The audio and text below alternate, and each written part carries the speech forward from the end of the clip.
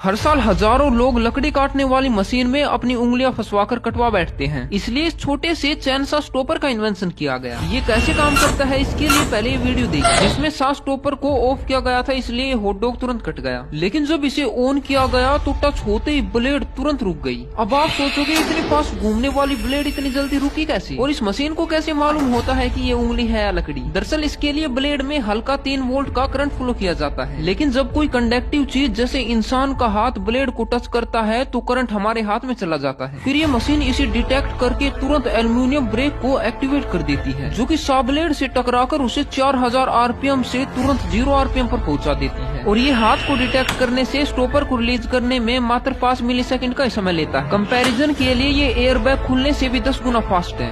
आपका बचपन में दाढ़ी करने वाली ब्लेड से कई बार हाथ कटा होगा, लेकिन दुनिया का सबसे पावरफुल कटर आपके हाथ को काटेगा नहीं, अलग ही कर देगा। और ये कटर और कुछ नहीं, पानी है। जब वाटर को 28,000 किलोमीटर पर आवर की स्पीड से 0.05 mm के छेद से निकाला जाता है तो ये 1 लाख PSI का फोर्स लगाता है। कंपैरिजन के लिए अगर आपकी उंगली पर बोइंग 747 एरोप्लेन खड़ा हो जाए, ये उतना फोर्स है। इसलिए सॉफ्ट और फोमलेस वाटर भी आयरन को मक्खन जैसे काट देता है। इस पावरफुल मशीन को वाटर जेट कटर कहते हैं। और ये फल, सब्जी, पत्थर और बुलेट प्रूफ ग्लास की भी बहुत सी लेयर को एक साथ काट देता है। यहाँ तक कि ये अनडिस्ट्रक्टेबल नोकिया 3300 को भी बगैर किसी दिक्कत 2 टुकड़ों में काट देगा। गलती से अगर आपका हाथ इसके नीचे आ गया तो हाथ को भूल जाइए। पृथ्वी पर मौजूद हर चीज इसके आगे हार मान लेती है। यहाँ तक कि जब इसमें सैंड और ग्लास मिला दिया जाए तो ये दुनिया की सबसे हार्डेस्ट चीज डायमंड को भी काट सकता है। वैसे क्या आपको मालूम था ये सर्दियों में भिगाने वाला पानी इतना खतरनाक भी हो सकता है?